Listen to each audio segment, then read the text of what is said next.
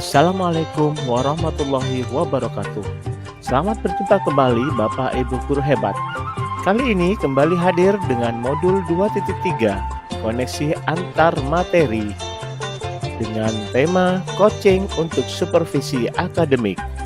Saya Hendri Budiman SPD, calon guru penggerak Angkatan 9 dari SMK Negeri 2 Pamekasan. Masih dengan pendamping yang hebat dan selalu sabar dalam memberikan arahan dan pembinaan kepada saya, yaitu ada Ibu Dr. Anda Miliun Wijayanti MPD sebagai fasilitator dan ada Bapak M. Taufik Hidayah MPD sebagai pengajar praktik.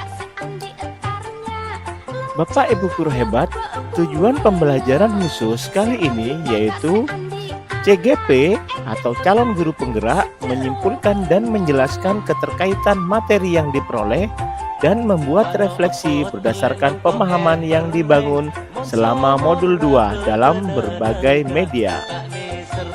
Refleksi dari materi pembelajaran 2.3.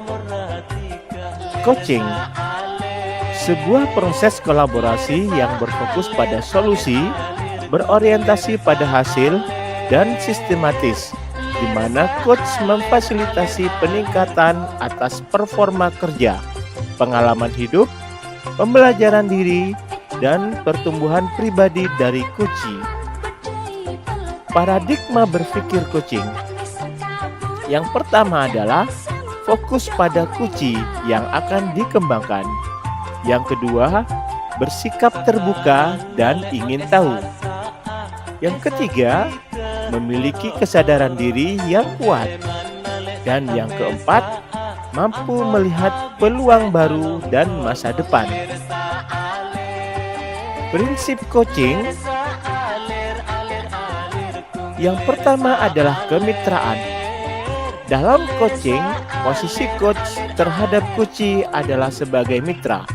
Hal itu artinya setara, tidak ada yang lebih tinggi maupun lebih rendah. Yang kedua, proses kreatif. Proses kreatif ini dilakukan melalui percakapan bersifat dua arah untuk memicu proses berpikir dari coachee, memetakan dan menggali situasi coachee untuk menghasilkan ide-ide baru. Yang ketiga, memaksimalkan potensi. Untuk memaksimalkan potensi dan memberdayakan rekan sejawat, percakapan perlu diakhiri dengan suatu rencana tindak lanjut yang diputuskan oleh rekan yang dikembangkan. Coaching dalam konteks pendidikan. Menurut filosofi Ki Hajar Dewantara, proses coaching sebagai komunikasi pembelajaran antara guru dengan murid.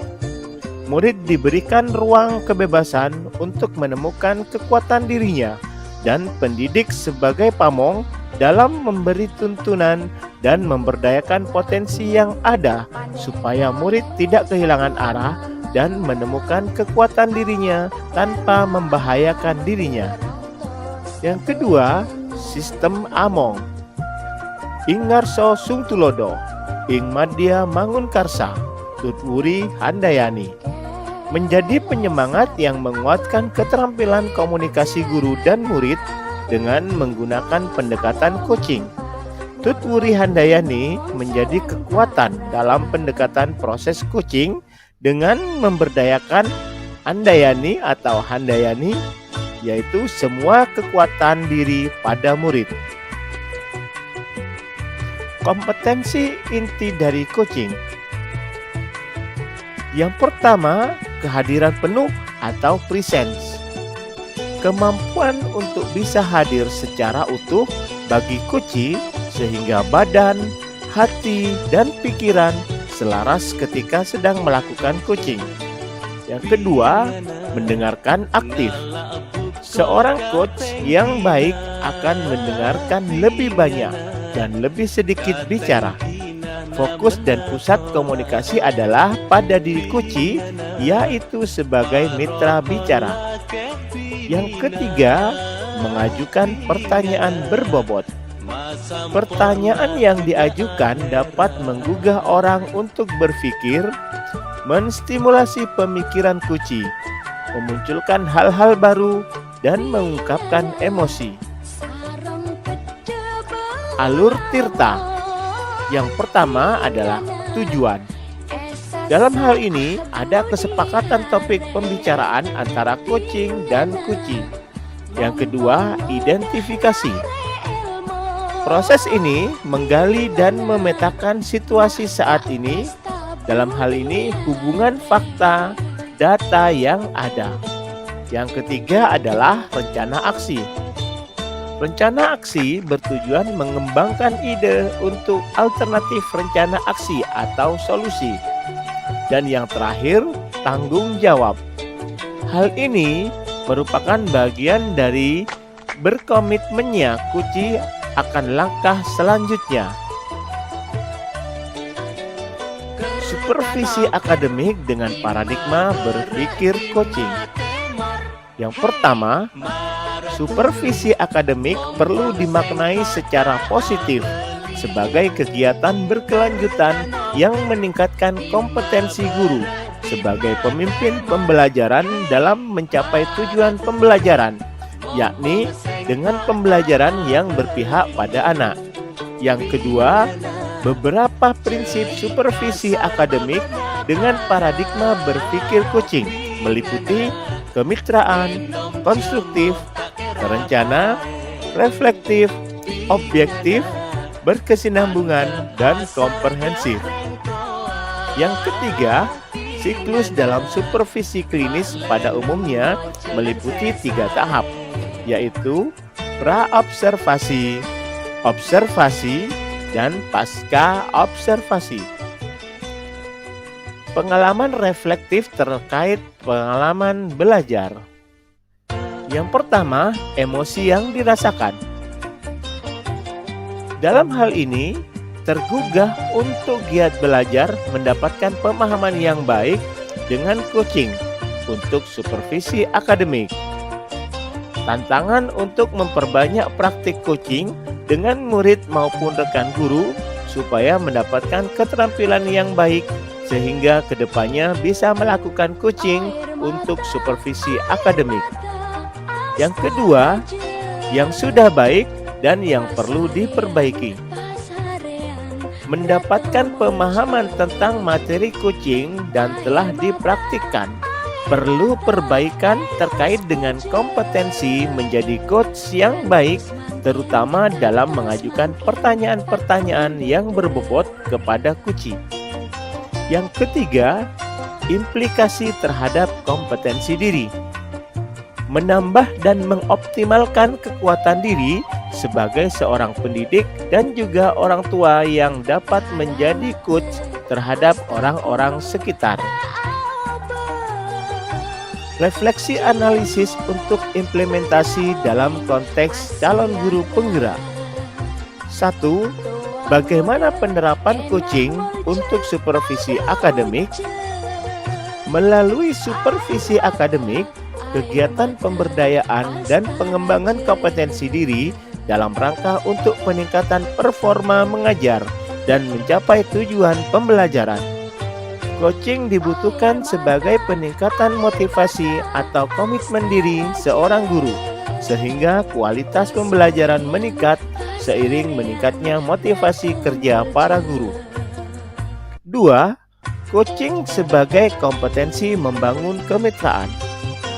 Kemitraan dalam proses menjalani coaching dapat terbangun dan membuka peluang akselerasi kesadaran yang mendorong tindakan aksi manakala dilandasi kepercayaan coach kepada coach.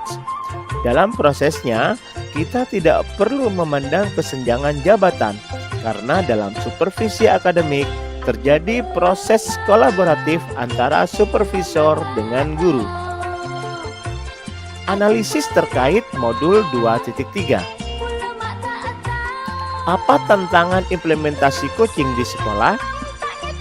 Acap kali, supervisi akademik dilihat sebagai sebuah proses yang bersifat satu arah. Terlebih lagi, bila supervisi akademik ini hanya dilakukan sekali dalam setahun. Supervisi menjadi sebuah tagihan atau kewajiban para pemimpin sekolah dalam tanggung jawabnya mengevaluasi para pendidik. Bagaimana alternatif solusi untuk tantangan yang ada?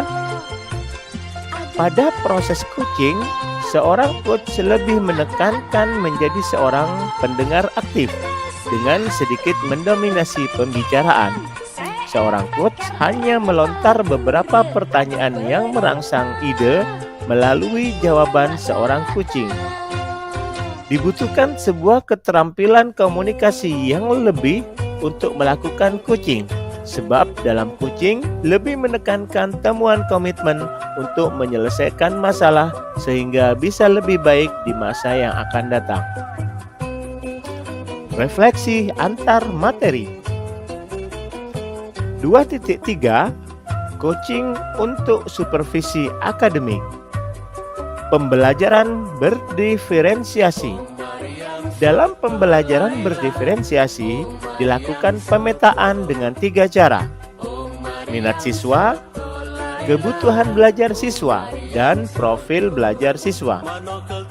Pemetaan ini dapat digunakan oleh seorang coach sebagai data dalam proses coaching, sehingga murid mampu mengoptimalkan potensi yang ada dalam dirinya untuk menemukan solusi terbaik. Pembelajaran sosial dan emosional. Terdapat beberapa hal yang harus dipahami dalam kompetensi sosial emosional, yaitu kesadaran diri, pengelolaan diri, kesadaran sosial, keterampilan berelasi, dan pengambilan keputusan yang bertanggung jawab. KSE digunakan seorang pendidik sebagai coach dalam proses coaching terhadap kuci agar terjadi pengendalian diri dan emosi untuk coach dan kuci, serta menimbulkan rasa empati dan rasa sosialitas serta mengambil keputusan yang tepat. Peran seorang coach di sekolah dan keterkaitan dengan materi sebelumnya di paket modul 2, yaitu pembelajaran berdiferensiasi dan pembelajaran sosial dan emosional. Dalam kompetensi coaching dengan alur Tirta sebagai alur percakapan coaching, mewajibkan kita sebagai seorang coach untuk dapat melakukan kehadiran penuh, salah satunya dengan kegiatan stop dan mindful listening yang telah dipelajari pada modul 2.2 pembelajaran sosial emosional. Salah satu prinsip coaching adalah memaksimalkan potensi dan memberdayakan rekan sejawat. Percakapan perlu diakhiri dengan suatu rencana tindak lanjut yang diputuskan oleh rekan yang dikembangkan. Yang paling besar peluang keberhasilannya. Karena potensi kuci beragam, maka keterampilan sosial emosionalnya diperlukan untuk memaksimalkan potensi kuci. Demikian mengenai koneksi antar materi 2.3. Salam guru penggerak, tergerak, bergerak, menggerakkan. Wassalamualaikum warahmatullahi wabarakatuh. Terima kasih.